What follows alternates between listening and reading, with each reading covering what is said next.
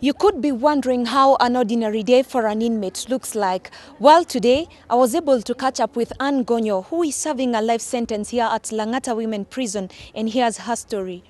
8 years behind bars and still counting. Anne doesn't know how many more years are left for her to be in jail, but remains optimistic of reuniting with her family one sweet day. She only knows that in this place she feels protected, a thought that always helps her mind drift away from thinking of her long-lost freedom. It's 6:30 a.m., a time when all the inmates in the prison wake up.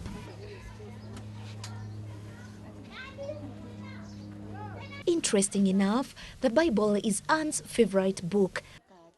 And every morning, she seeks a word of encouragement to push her through the day, then hurriedly takes a shower in a bathroom that is shared by 3 inmates at a go.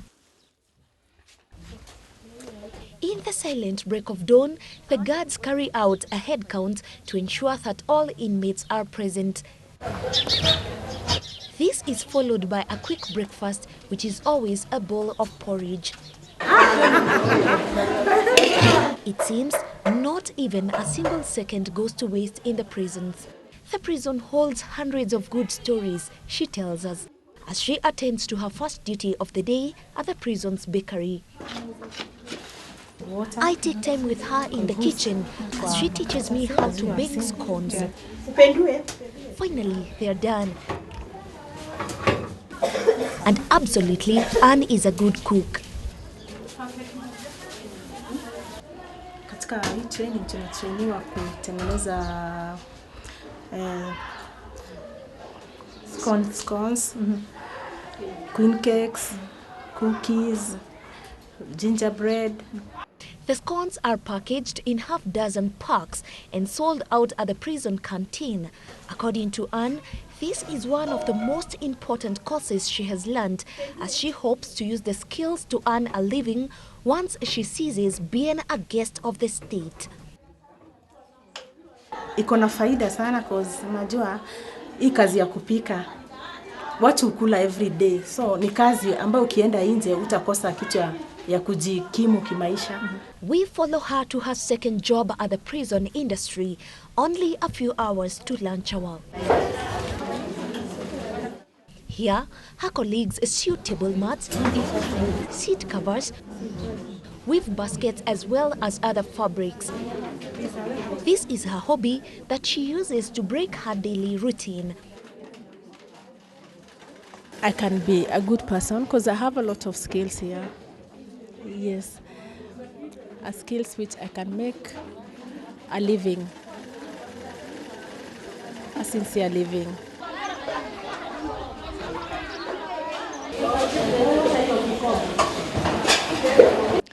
It is now lunchtime, and here with me are Anne's friends, and they are enjoying a plate of ugali and sukuma wiki.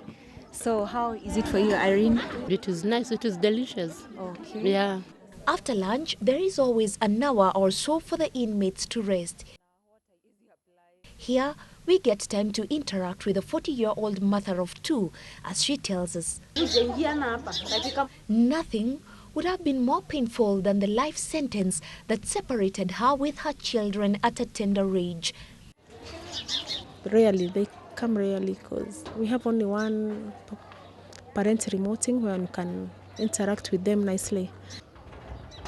I don't know. What I'll say is there is no bond between me and them. It's like we have been apart for so long. So what I miss most is my children, to be with my children. Holding back her tears, she spills out her bitter regrets. I'll live a life with sincerity, and I'll live a clean life. What I'd like to say to those people who will be watching this program, especially the youth, crime, what I would say is crime does not pay. And if you're out there, try to make an honest living. One day Anne hopes to reunite with her children who rarely come to see her as they are away with her aging mother. The urge to taste freedom once again saw her appeal for her case, but all efforts hit the rock. I appealed in Kenya court, and my appeal was dismissed. Irene is one of Anne's friends who is serving a life sentence as well. Together, they embrace each day with acceptance. We just give each other courage. When one is down, we talk to her. And sometimes we are brought some counselors here to counsel us. So, and if you feel that you are down, you can go to the spiritual teachers and they can counsel you. Then you'll be on the move again. Thanks to the reforms in the prisons, which have seen dozens of changes in favor of those living behind bars. We are really trying. We are doing all what God has given us. We take it sometimes as a passion. So we take care of them as they are our sisters. They don't have their parents here. Gradually, prisons have transformed into more of rehabilitation centers than punishment centers that they used to be years back. Carol Kinyugo, GBS.